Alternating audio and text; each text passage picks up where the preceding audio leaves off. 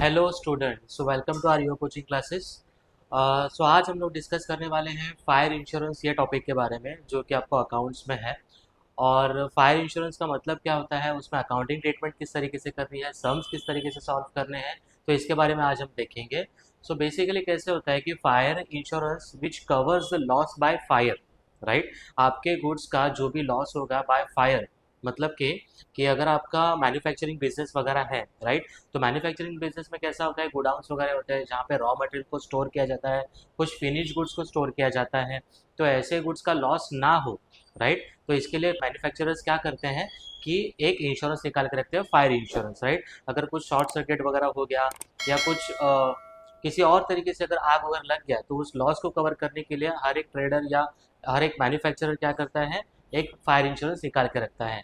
लेकिन इसमें एक प्रॉब्लम क्या होता है कि अगर आपके यहाँ पे फायर अगर हो गया, राइट, तो फायर होने के बाद उसके बाद आपको एक्चुअल लॉस कितना हो रहा है, उसमें से आपको क्लेम कितना मिलेगा, ये फाइंड आउट करना बहुत ज़रूरी होता है, राइट। और सबसे जो इम्पोर्टेंट चीज़ है इसमें कि जिस दिन आपके यहाँ पे फायर हुआ उस दिन आपके पास स्टॉक कितना था, ये सबसे इम्पोर्टेंट चीज़ है फाइंड आउट करना। क्योंकि फायर होने के बाद कैसा होता है कि बहुत सारा स्टॉक जल जाता है आपका, उसमें कुछ रिकॉर्ड्स भी आपके जल जाते हैं।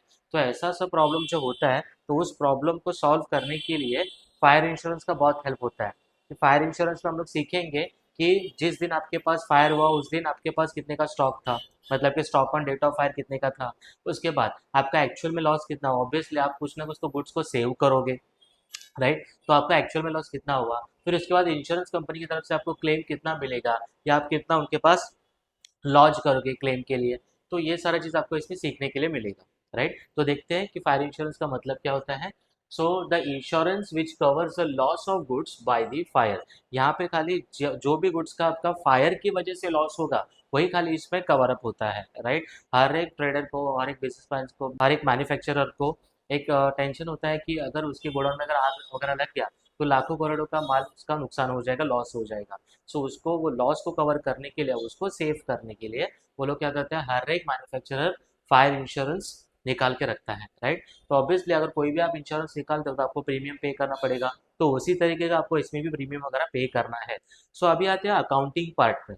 तो अकाउंटिंग पार्ट में आपको क्या करना है कि यहाँ पे खाली तीन चीज़ों को आपको फाइंड आउट करना है कि जिस दिन आपको आपके यहाँ पे फायर हुआ उस दिन आपके पास स्टॉक कितने का था।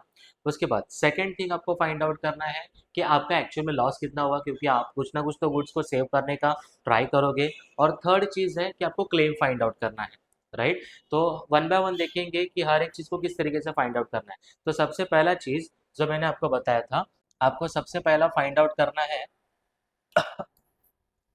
Stock on date of fire. Okay. आपके यहाँ पे मतलब आग वगैरह लग गया गोडाउन में, राइट। तो आपको stock on date of fire आपको निकालना है। तो उसके लिए आप क्या करोगे, तो आपको बनाना पड़ेगा एक ट्रेडिंग अकाउंट। ये ट्रेडिंग अकाउंट का फॉर्मेट भी मैं आपको दे दूंगा, और ये ट्रेडिंग अकाउंट को बोलते हैं एक्चुअल में मेमोरेंडम ट्रेडिंग अकाउंट। अभी मेमोरेंडम ट्रेडिंग अकाउंट क्यों बोलते हैं ये मैं आपको थोड़ी देर में बताता हूँ, ठीक है। सेकेंड थिंग, इसमें आपको फाइंड आउट करना पड़ता है आपका एक्चुअल लॉस कितने का हुआ। तो एक्चुअल लॉस निकालने के लिए आप लोग क्या करते हो कि आप लोग क्या कर सकते हो कि stock on date of fire, date of fire minus salvage. Salvage का ही मतलब होता है जो भी आपने स्टॉक बचाया है, जो फायर हो रहा था तो आपने क्या किया, वहां से कुछ स्टॉक ट्राई किया कि बचा सको, राइट। तो उसको बोलते हैं सैल्वेज, ओके। और थर्ड थिंग है आपका क्लेम, कि आपको इंश्योरेंस कंपनी के पास क्लेम के लिए कितना क्लेम के लिए अप्लाई करना है, कितना क्लेम आपको मिलेगा। तो इसके लिए हम लोग करते हैं एक्चुअल लॉस को डिवाइड बाय करेंगे stock on date of fire into आपका जो भी पॉलिसी का अमाउंट रहेगा उससे हम लोग क्या करेंगे, इंटू करेंगे। इसी फॉर्मूले को ना एवरेज क्लॉज भी कहा जाता है, क्योंकि आपको जो इंश्योरेंस मिलेगा, इंश्योरेंस का क्लेम जो मिलेगा, पैसा जो मिलेगा, वो एवरेज निकाल के आपको दिया जाता है। कभी भी आपको पूरा पॉलिसी अमाउंट नहीं मिलता है ये वाले इंश्योरेंस में, राइट। तो ये तीन चीज़ों का आपको कैलकुलेशन इसमें करना पड़ता है। तो अभी देखते हैं कि मेमोरेंडम ट्रेडिंग का मतलब क्या होता है। तो मेमोरेंडम ट्रेडिंग का मतलब होता है कि ऐसा ट्रेडिंग अकाउंट जो पर्टिकुलर टाइम पीरियड के लिए आपने प्रिपेयर किया है, जो पूरे साल भर का आप लोग जो ट्रेडिंग अकाउंट बनाते हो, लाइक जैसे फाइनल अकाउंट में। सो फाइनल अकाउंट में जब भी आप लोग पूरा साल भर का ट्रेडिंग अकाउंट बनाते हो तो उसको हम लोग बोलते हैं ट्रेडिंग अकाउंट, राइट। लेकिन यहाँ पे जो मेमोरेंडम ट्रेडिंग अकाउंट है पर्टिकुलर पीरियड के लिए, मतलब जब से आपका ईयर स्टार्ट हुआ था तब से लेके आग लगने के दिन तक, डेट ऑन फायर तक, राइट। तो उस दिन तक का जो आप पर्टिकुलर पीरियड का जो ट्रेडिंग अकाउंट बनाओगे उसको हम लोग बोलते हैं मेमोरेंडम ट्रेडिंग अकाउंट, राइट। तो मेमोरेंडम ट्रेडिंग का फॉर्मेट किस तरीके से होगा वो एक बार देख लेते हैं हम लोग यहाँ पे। तो फॉर्मेट आपका मेमोरेंडम ट्रेडिंग का कुछ इस तरीके से रहेगा। मेमोरेंडम ट्रेडिंग अकाउंट जो हम लोग पर्टिकुलर पीरियड के लिए बना रहे हैं, सो फ्रॉम 1 अप्रैल 2025 मैंने एक एग्जांपल के लिए डेट ले लिया है, और आपका यहाँ पे रहेगा डेट ऑफ फायर, जिस दिन आपके यहाँ पे फायर हुआ उस दिन का डेट आपको यहाँ पे लिखना है, ठीक है। तो जैसा बेसिक हम लोग ट्रेडिंग अकाउंट बनाते हैं सेम उसी तरीके का रहेगा। आपका ओपनिंग स्टॉक यहाँ पे रहेगा, डेबिट साइड में purchase, wages, direct expenses. Direct expenses का मतलब होता है जो भी आपका फैक्ट्री का रिलेटेड एक्सपेंसेस जो भी है, जो डायरेक्टली प्रोडक्ट के लिए यूज हो रहा है, वो सारा एक्सपेंस यहाँ पे आएगा। क्रेडिट में आएगा आपका सेल्स, राइट। और उसमें एक चीज इंपॉर्टेंट है कि आपको ग्रॉस प्रॉफिट के रिगार्डिंग कुछ ना कुछ तो इन्फॉर्मेशन दिया रहेगा। बेसिकली कैसे होता है कि आप लोग सब यहाँ पे स्टॉक वगैरह सब लेके ग्रॉस प्रॉफिट को फाइंड आउट करते हो, राइट। लेकिन यहाँ पे कैसा है कि आपको ग्रॉस प्रॉफिट पहले फाइंड आउट करना है, देन आपको बैलेंसिंग फिगर क्या मिलेगा, आपको stock on date of fire. तो आपको ग्रॉस प्रॉफिट के रिगार्डिंग इन्फॉर्मेशन दिया रहेगा, so and so percentage on sales वगैरह। तो सेल्स के ऊपर जो भी आपको 20% 25% दिया रहेगा तो वो निकालने का, तो आपको क्या मिलेगा, ग्रॉस प्रॉफिट।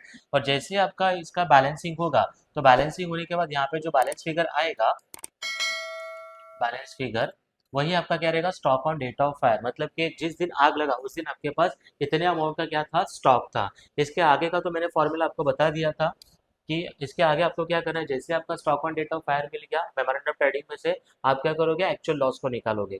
तो एक्चुअल लॉस कैसे निकालेंगे, stock on date of fire minus salvage करना है। सैल्वेज का अमाउंट आपको पूरा का पूरा क्वेश्चन में क्लियरली मेंशन्ड होता है, राइट। उसके बाद क्लेम, क्लेम के लिए क्या करना है, जो भी आपने एक्चुअल लॉस निकाला उसको divided by stock on date of fire into policy amount जो भी आपको क्वेश्चन में दिया है।